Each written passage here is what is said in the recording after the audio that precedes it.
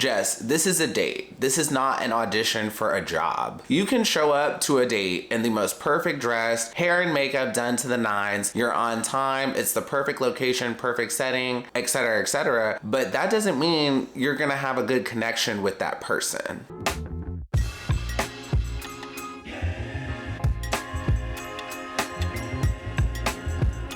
Hi everyone, my name's Demetri and welcome back to DemetriTube. The Bachelor, night 6. Let's talk about it. As always, if you're enjoying my videos, please go ahead and pound that like button, pound that subscribe button, and ring that notification bell. I'm a growing YouTuber and the likes and subscribes really help me out. So let's just dive into the episode. This week, the contestants are in Tallinn, Estonia. So just a couple things I want to say about the intro. So at the start of the episode, Zach is having a one-on-one with Jesse Palmer, and Jesse Palmer lets him know that Greer is under the weather. And Zach responds, "Tell Greer that I'm thinking of her." And I just felt like that wasn't sincere. But whatever, the show must go on. And the second thing I noticed during the intro was when the contestants received the date card, Gabby wrote it, and Gabby's makeup looked phenomenal. I think her makeup looked better than when she was on an actual date with Zach. Now I'm gonna dive into the Kat and Brooklyn drama. I'm just gonna talk about everything all at once because there was like a lot of jumping around this episode, and for this review, I'm not gonna do all that. So it's time for Charity's one-on-one date, and Zach shows up to pick up Charity. And before the date starts, Kat asks Zach if she can steal him for a second, and he obliges. Kat takes Zach to the hallway real quickly, and she basically tells him she misses him, and she also gives him a kiss. And y'all, Kat was marking her territory. She knew she was wearing lip gloss, so she purposely kissed Zach and made sure he had some lip gloss on his lip when he went back into the room with the other contestants. You know how sometimes if a woman has a boyfriend, she'll leave like a toothbrush or a scrunchie or a hairdryer at her boyfriend's house? That's very much what Kat was doing in this moment. Also, in general, Zach is just not cut out for this because when he went back into the room with the other contestants, he just made it even more awkward than it already was. So then Zach and Charity exit for their date, and then the other contestants start putting Kat together. Allie tells Kat, if you had done that before my date, it would have gotten in my head. And sidebar about Allie, no shade, but like she really needs more camera time because I truly forget she's a contestant sometimes. Then Brooklyn chimes in and tells Kat that was not the appropriate time, and Kat claps back and says that's for Charity to tell me, not you. And then Brooklyn claps back and says her actions were classless, which I thought was a little extreme. And then in a confessional, Kat says it was aggressive and she was attacked. And she also says, who's to say who can do what and when you can do it? And then the camera pans back to Brooklyn and the other contestants, and Brooklyn says she's selfish. This moment was so intense and the girls were girling. This is what I've been waiting for all season. The sisterhood is over and the competition has now started. So then fast forward to a scene with Ariel and Kat, and Ariel says, "It rubs people the wrong way. It's not about one-on-one dates. Once he got COVID, everything shifted. I don't think respect ever shifts, though. If COVID didn't come into the process, I wouldn't have done that. But it is what you did." This moment was probably my favorite moment of the entire episode, and I just continue to love Ariel more and more. Ariel was basically telling Kat, girl, you are tripping, but I'm not gonna directly tell you that you're tripping. I'm gonna help you reach that conclusion on your own. And not only that, Ariel was just so nonchalant, but she was also a little smug when she was talking to Kat. And it was clear to me that Ariel has dealt with emotional women before and has a lot of practice in doing it, and she knows how to handle the situation. And what I loved most about it is that Ariel was not gassing Kat. She wasn't like, yeah, girl, you're right. Brooklyn did you wrong. She wasn't doing all that. She was very much against what Kat did, but she was trying to explain it in a reasonable manner. And as this season progresses, I just like Ariel more and more. She's about to be my favorite contestant, but it's a tough call because I also like Katie and Kat as well. Next, if you made it this far in the video, please go ahead and pound that like button for the YouTube algorithm. Then after that, before the group date, Charity mentions the minor hiccup that happened before her one-on-one date with Zach. And Kat responds to Charity, I don't want to talk about this right now before I go on the group date. And then Brooklyn calls out her hypocrisy, and Kat claps back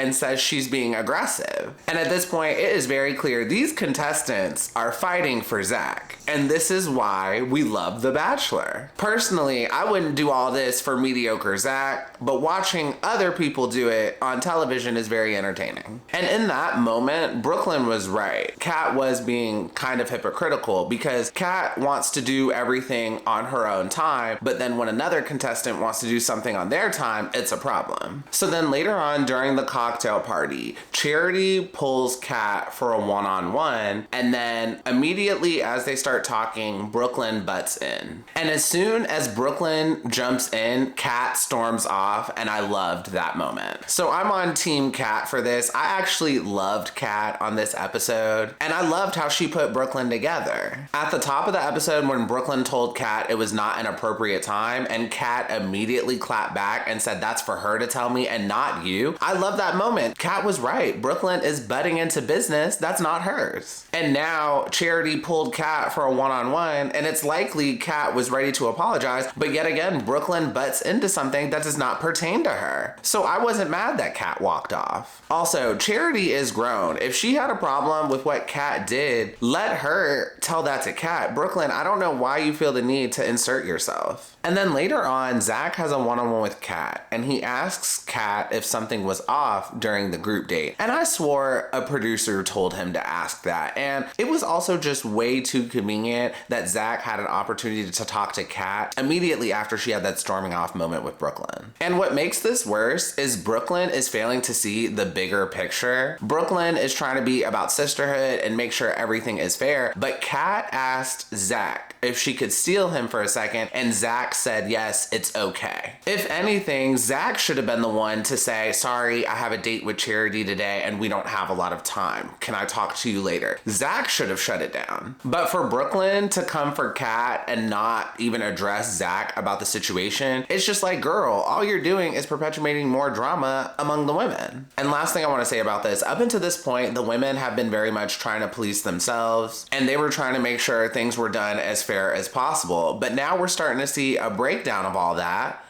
and I love to see it. This is a competition, and Kat is right. Who's to say who can do what and when you can do it? And not only that, Jesse Palmer says it every season. There are no rules. And sorry, one more thing. Do I think Charity was wronged? No, not really. I am so tired of, oh my God, you stole her moment. This was her moment. First of all, that sounds very diva when they say it like that. And second of all, it is very clear the contestants only use the this was her moment thing just to get rid of someone they don't like. They did it to get rid of Christina Mandrell. And now they're doing it again to get rid of Kat. Because last week when it was announced that Gabby got the one-on-one, Greer straight up cried. And then when Gabby came back to show off her shopping trip, Greer straight up cried and stormed off. But for some reason, Greer was not stealing anyone's moment. Again, it's not adding up for me. It's very clear they only use that to get rid of people they don't like.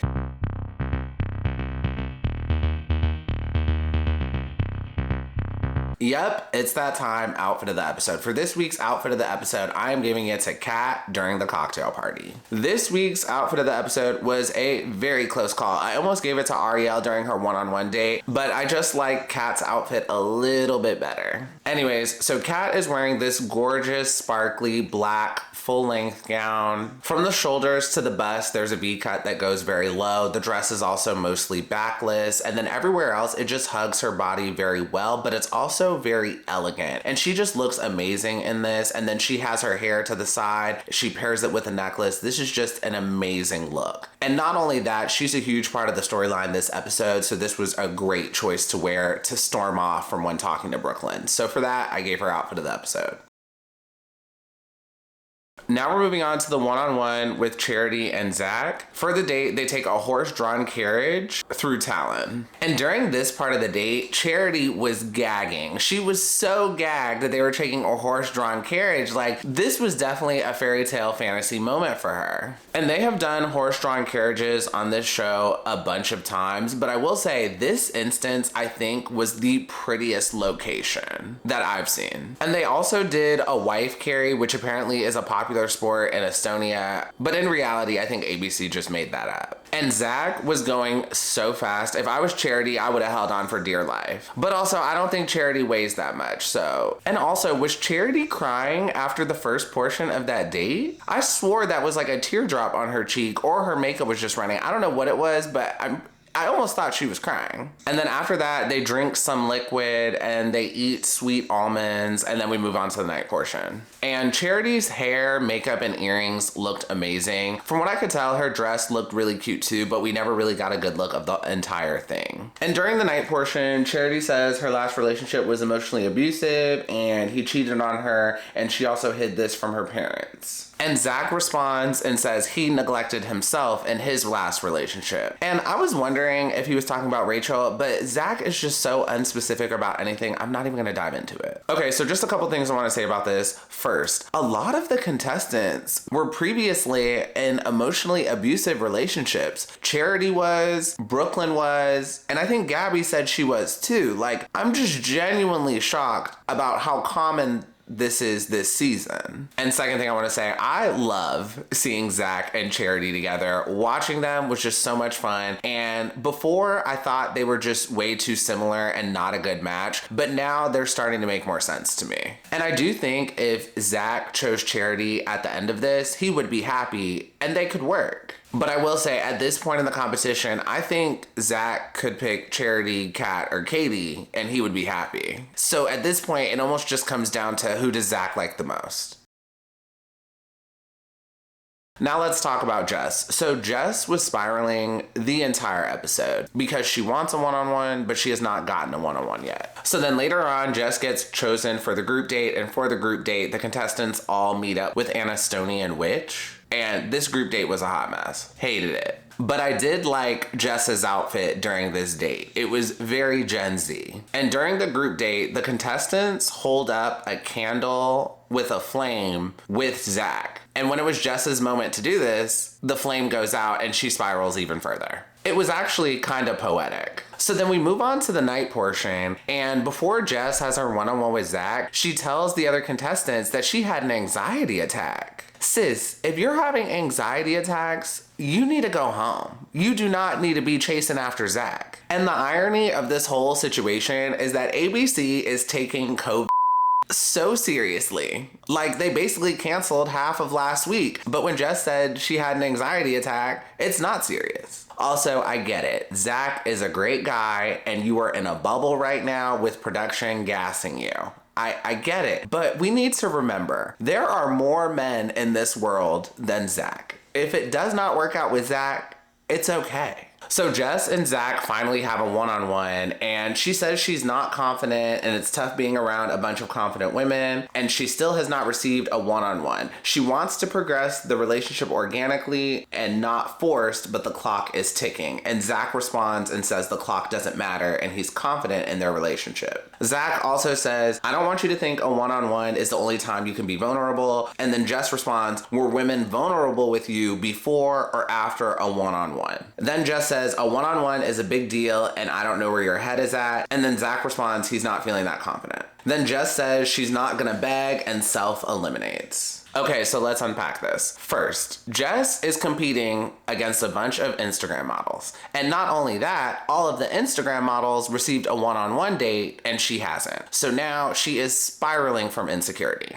And not only that, she's the youngest contestant this season. She's 23. And I said this on my review of the first episode. Most of these contestants look fresh and ready for Instagram fame, whereas Jess has more of a girl next door type of look, and that's not shade. She just doesn't look like the typical Instagram model. And to make things worse, all of the Instagram models have received a one-on-one date and she hasn't. So now her insecurities are bubbling up and she can't hold them in any longer. So she decides to tell Zach. Next, Zach responded to Jess and said the one-on-one dates don't matter. And I have mixed feelings on this. So historically on this show, if you don't receive a one-on-one date, you're probably not gonna win. But at the same time, I don't feel too bad for Jess because Jess signed up for this show. She knew she was competing against other contestants and she may not get a one-on-one. That is part of the game. Next, when Jess said, were women vulnerable with you before or after the one-on-one? I didn't like that she said that because you need to focus on your relationship and what you have with Zach. The fact that she tried to bring in other contestants into her relationship, I just don't think that was a smart move, and I don't like that she did that. Next, drag me in the comments, I don't care, but when Jess was complaining about not getting a one-on-one, it sounded a little whiny to me. This is just my opinion. This is Zach's show. He is the lead and he makes the decisions. You gotta let a man be a man and let him make his own decisions. So for Jess to question who Zach takes on one-on-ones, a lot of guys do not like that. And clearly he didn't like that. Because the moment she did that, Zach responded and said he's no longer confident in their relationship. But I will say though, in Jess's defense, even if she had not questioned him about his decisions, I still think she probably would have went home anyway.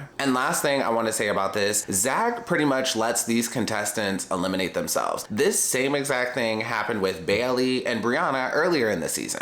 I'm pretty sure Zach knew that Jess wasn't it, but he was not gonna initiate the breakup. And the same thing happened with Bailey and Brianna. On like episode 2 or 3 or whatever, Bailey came to Zach and said, oh, I feel like our relationship is regressing. And Zach agreed with her. He's like, yeah, I feel like our relationship's regressing, and he ends up eliminating her. And then the same thing happened with Brianna. Zach would have kept Brianna until the rose ceremony, but Brianna came up to Zach and was like, I'm thinking about leaving, and Zach didn't like try to stop her or anything. And now the same thing is happening with Jess. Jess is complaining about getting a one-on-one, and now Zach is like, you know, the one-on-ones don't matter, yada yada yada. And he basically lets her talk herself into self-elimination. And like I said on my earlier reviews, I don't like that Zach does that. I would rather him initiate the breakups, but I understand why he does it, because no matter what, he's probably going to be seen as the bad guy regardless. So then after that, Jess says she's not gonna beg, and she ends up self-eliminating, and Zach says, this is the last thing I could have expected. Zach, what? You literally never gave Jess a one-on-one, and now her self-elimination is the last thing you could have expected? Get the fuck out of here. So Jess is crying in the Uber XL, and she says, I showed up and I did everything he asked. All I needed was quality time, and he wasn't processing that. It's crazy. I want to go on a date with someone I plan to marry. So I totally felt for Jess in this moment. I'm a quality time person as well, and you can tell me all the sweet nothings in the world, but it won't mean anything to me until we're actually spending quality time together. So I felt for her in that. But when she said, I showed up and did everything you asked, I thought that was very immature. Jess, this is a date. This is not an audition for a job. You can show up to a date in the most perfect dress, hair and makeup done to the nines, you're on time, it's the perfect location, perfect setting, etc., but that doesn't mean you're gonna have a good connection with that person. This is not a job. If you show up and do everything asked, that doesn't necessarily mean it's gonna translate into love and a lifetime together. And lastly, when Jess said, it's crazy, I want to go on a date with someone I plan to marry, you know, she's not wrong. Okay, now we're gonna talk about the night portion of the group date real quick. There's just a few things from there that I do wanna mention. First, Gabby's outfit was really cute, I liked it. Next, Katie had a one-on-one with Zach, and during the one-on-one, she said, I feel like a kid around you and I cannot help smiling. Looking through the flame, I pictured my future with you. And y'all, when Katie said that, I realized if she doesn't win in the end of this, she is gonna be absolutely crushed. And last thing, Gabby and Zach had a one-on-one, and I think in a confessional, Zach said Gabby was one of his strongest connections. And when Zach said that, it made me very much feel like I'm on Clayton's season again, because Zach is saying Gabby is his strongest connection, but I'm confused because it looks like he has way stronger connections with like 4 other contestants that are not Gabby. So it's like, what am I missing here? He's saying that Gabby is one of his strongest connections, but I'm just not seeing it. And finally, we have a one-on-one with Ariel, and this is the one-on-one date we needed. So when Ariel arrived on this date, she looked like she was fresh out of the Matrix. It looked like she was serving this all black fantasy, and I absolutely loved this outfit. I almost gave it outfit of the episode. But upon closer look, her shirt is not black. I just think it's like a dark maroon or a dark red or something. But from the camera angle we saw, it almost looked like an all black fantasy, and I'm just gonna imagine that it was an all black fantasy. And not only that, her hair was perfect. You literally could have put her in a Tresemme commercial right then and there, and she would have been ready to go. So for the date, Zach and Ariel share a charcuterie board. They prepare for a sauna with leaves. They sauna and a couple naked people join, and then they go to the hot tub and the naked people join again. And that moment was a little weird. It felt a little swinger-ish. ABC should have just cut that moment out. And then Ariel and Zach have some one-on-one time, and Ariel says she uses humor as a veil sometimes, and she's been in relationships where she couldn't be herself. And she questioned, do I change myself or continue leading a lonelier life? And then Zach responds and encourages her to be herself. And Ariel ends up getting the rose, and there's only just a couple things I want to say about this. So first, let me just say, and this is terrible, but I kind of don't want Ariel to win because I want to see more of her on Paradise. I feel like she would be perfect on Paradise, but if she goes to Paradise, I'm like 95% certain she will not find love. And it's not because Ariel's not a catch or anything, it's just because of the type of guys that tend to go to Paradise. And when it comes to Ariel, I think Zach likes her, but he's also very intimidated by her. Like, when he's around her, he's giddy, but he also seems to have this more shy energy compared to some of the other contestants. And I don't think she's gonna win, but I do hope she makes it to top 4 because she's very much a wild card this season. And lastly, to wrap up the review, we have the rose ceremony. And during the rose ceremony, Allie got eliminated, which was not a surprise at all. Kat and Brooklyn are bringing drama. And Kat has a big connection with Zach. So clearly both of them are gonna stay over Allie. And Allie cries in the Uber XL, but I really wasn't that moved. And also, do these interns not carry tissue anymore? She was literally drying her tears with her hands. Like, I'm seeing them dry tears with their hands too much. Can we bring back tissue on this show? And that is the end of the episode and the end of this review. If you enjoyed this review, please go ahead and pound that like button, pound that subscribe button, and ring that notification bell, and I will see you all next time. Have a good one. Bye.